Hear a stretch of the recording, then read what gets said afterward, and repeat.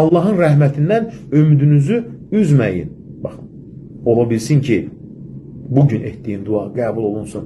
Ola bilsin ki, bugün etdiyin dua sonra qəbul olunsun. Zilhicce ayında qəbul olunsun.